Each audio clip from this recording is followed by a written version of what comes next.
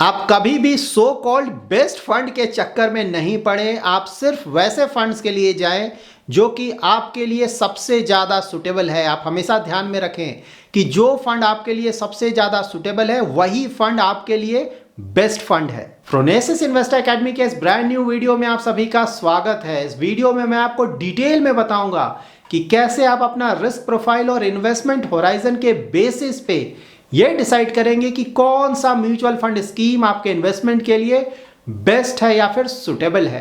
अभी तक अगर आपने हमारे YouTube channel phronesis investor academy को सब्सक्राइब नहीं किया है तो जरूर सब्सक्राइब करें।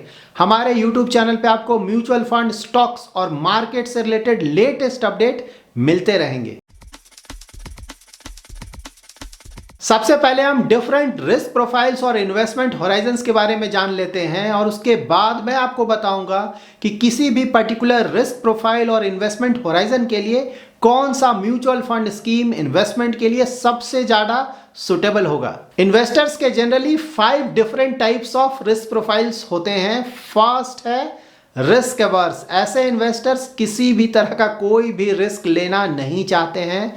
दैट इज उन्हें अपने प्रिंसिपल अमाउंट पे किसी भी तरह का कोई भी लॉस नहीं चाहिए। सेकंड टाइप के इन्वेस्टर्स होते हैं कंजर्वेटिव इन्वेस्टर्स। इस तरह के इन्वेस्टर्स अपने प्रिंसिपल अमाउंट पे रफली अबाउट 5% का लॉस बेयर कर सकते हैं। उससे ज्यादा लॉस ये अपने इन्वेस्टमेंट्स पे नहीं चाहते हैं। थर्ड टाइप होगा वैसे इन्वेस्टर्स जिनका रिस्क प्रोफाइल मॉडरेट है और इस तरह के इन्वेस्टर्स अपने प्रिंसिपल अमाउंट पे अबाउट 10 to 15% का लॉस बेयर कर सकते हैं। फोर्थ टाइप के इन्वेस्टर्स का रिस्क प्रोफाइल होता है एग्रेसिव। एग्रेसिव रिस्क प्रोफाइल के इन्वेस्टर्स अपने प्रिंसिपल अमाउंट पे अबाउट 20 to 25% का लॉस बेयर कर सकते हैं। और फिफ्थ टाइप के इन्वेस्टर्स होते हैं वेरी एग्रेसिव रिस्क प्रोफाइल के इन्वेस्टर्स।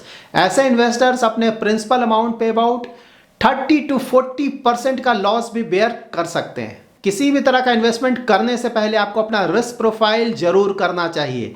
अगर आपने अभी तक अपना रिस्क प्रोफाइल नहीं किया है तो आप हमारे वेबसाइट fronesisinvestor.com पे फ्री में रिस्क प्रोफाइलिंग कर सकते हैं। नाउ हम जान लेते हैं इन्वेस्टमेंट होराइजन के बारे में। तो इन्वेस्टमेंट होराइजन को जनरली हम 4 डिफरेंट बकेट्स में रख सकते हैं।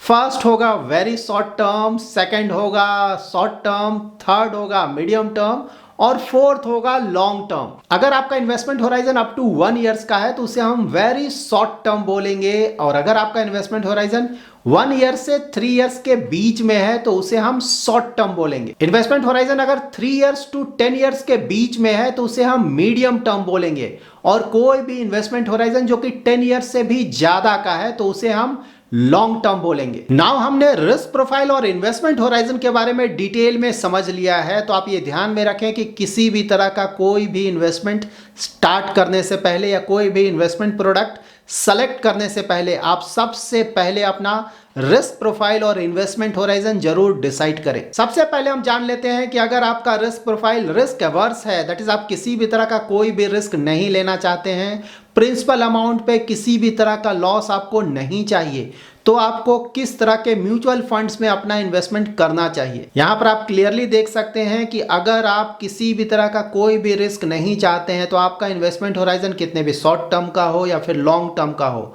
आपको म्यूचुअल फंड्स में अपना इन्वेस्टमेंट नहीं करना चाहिए। आपके इन्वेस्टमेंट के लिए जो बेस्ट ऑप्शन होगा वो होगा बैंक्स का सेविंग्स अकाउंट या फिर एफडी या फिर गवर्नमेंट स्कीम्स। अगर आपका रिस्क प्रोफाइल कंजर्वेटिव है, दैट इज आप प्रिंसिपल अमाउंट पे थोड़ा बहुत लॉस बेयर कर सकते हैं, in that case first 6 months के इन्वेस्टमेंट के लिए आप लिक्विड फंड्स में अपना इन्वेस्टमेंट कर सकते हैं। अगर आपका इन्वेस्टमेंट होराइजन 6 मंथ से 1 ईयर के बीच में है तो आप ultra short term date fund में अपना इन्वेस्टमेंट कर सकते हैं।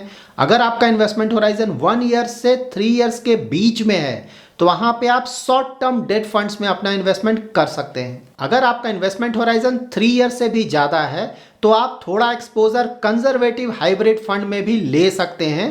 कंजर्वेटिव हाइब्रिड फंड्स वैसे फंड्स होते हैं जो कि अपने टोटल कॉर्पस का अबाउट 10 to 25% इक्विटी में और 75% to 90% डेट इंस्ट्रूमेंट्स में इन्वेस्ट करते हैं। अगर आप एक मॉडरेट रिस्क प्रोफाइल के इन्वेस्टर हैं और आपका investment horizon about 3 to 5 years के बीच में है तो आप बैलेंस्ड एडवांटेज फंड्स में अपना इन्वेस्टमेंट कर सकते हैं। ये ऐसे फंड्स होते हैं जो कि बेसिस मूवमेंट इन स्टॉक्स या फिर इंटरेस्ट रेट अपना जो एलोकेशन होता है इक्विटी और डेट का उसे चेंज करते रहते हैं। और 5 to 10 ईयर होराइजन में आप लार्ज कैप और फ्लेक्सी कैप के फंड्स में अपना इन्वेस्टमेंट कर सकते हैं। अगर आपका इन्वेस्टमेंट होराइजन 10 ईयर से भी ज़्यादा है तो वहाँ पे भी आपको लार्ज कैप और फ्लेक्सी कैप के फंड में ही अपना इन्वेस्टमेंट करना चाहिए। आपको मिड कैप और स्मॉल कैप के स्टॉक्स में ज़्यादा एक्सपोजर अवॉइड करना चाहिए। अगर आपको स्मॉल कैप और मिड कैप के स्टॉक्स में एक्सपोजर लेना है तो आप थोड़ा एक्सपोजर फ्लेक्सी कैप फंड्स के थ्रू ले सकते हैं। यहाँ पर आप ध्यान में रखें कि 5 to 10 ईयर होराइजन में अगर आप फ्लेक्सी कैप फंड्स में अपना इन्वेस्टमेंट कर रहे हैं तो वैसे फ्लेक्सी कैप फंड्स में अपना इन्वेस्टमेंट करें जिसमें मिड कैप और स्मॉल कैप के स्टॉक्स में ज़्यादा एक्सपोजर नहीं है। और अगर आपका इन्वेस्टमेंट होराइजन 10 ईयर से भी ज़्यादा है तो आप वैसे फ्लेक्सी कैप फंड्स के लिए भी जा सकते हैं जिसमें मिड कैप और स्मॉल कैप के स्टॉक्स में एक्सपोजर ज़्यादा है। अगर आपका रिस्क प्रोफाइल एग्रेसिव है, दैट इज आप अपने प्रिंसिपल अमाउंट पे अबाउट 20 to 25% का लॉस बेयर कर सकते हैं, तो आप 3 to 5 ईयर होराइजन के लिए बैलेंस्ड एडवांटेज फंड्स में इन्वेस्टमेंट कर सकते हैं। 5 to 10 ईयर होराइजन में आप लार्ज कैप और फ्लेक्सी कैप के फंड्स में इन्वेस्टमेंट कर सकते हैं। यहाँ पे आप एग्रेसिव इन्वेस्टर हैं तो 5 to 10 ईयर होराइजन में आप वैसे फ्लेक्सी कैप फंड्स में भी अपना इन्वेस्टमेंट कर सकते हैं जिसमें मिड कैप और स्मॉल कैप का एक्सपोजर ज़्यादा है। और अगर आपका इन्वेस्टमेंट होराइजन 10 ईयर से भी ज़्यादा है तो फिर आप large cap, flexi cap, mid cap, small cap इन सारे फंड्स में अपना इन्वेस्टमेंट कर सकते हैं। अगर आप वेरी एग्रेसिव इन्वेस्टर हैं, दैट इज अपने प्रिंसिपल अमाउंट पे इवन 30 to 40% का लॉस बेयर कर सकते हैं। इन दैट केस आप इवन 3 to 5 ईयर होराइजन में लार्ज कैप के फंड्स में अपना इन्वेस्टमेंट कर सकते हैं। और 5 to 10 ईयर होराइजन में आप large cap, flexi cap, mid cap, small cap इन सारे फंड्स में अपना इन्वेस्टमेंट कर सकते हैं। और more than 10 years of course आप सारे फंड्स में अपना इन्वेस्टमेंट कर सकते हैं। मैं आप सभी लोगों को यह रिक्वेस्ट करूंगा कि इस वीडियो को अपने फेवरेट में जरूर सेव करें और जब भी आप अपना इन्वेस्टमेंट प्लान करें तो इन डिटेल्स को जरूर चेक करें।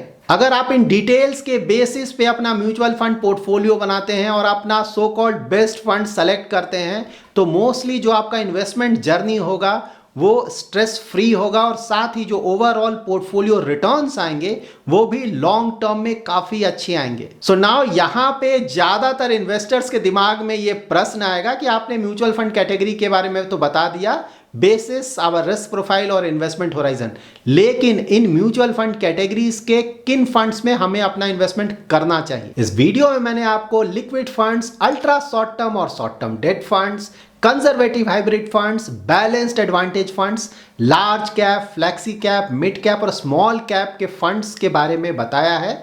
तो यहाँ पे इन सारे फंड्स के डिटेल्ड वीडियो हमारे चैनल फ्रोनेसिस इन्वेस्टर एकेडमी पे आपको मिल जाएंगे। आप जिस भी म्यूचुअल फंड कैटेगरी के टॉप फंड्स के बारे में जानना चाहते हैं उसके बारे में आप हमारे यूट्यूब चैनल के सर्च पे टाइप करें।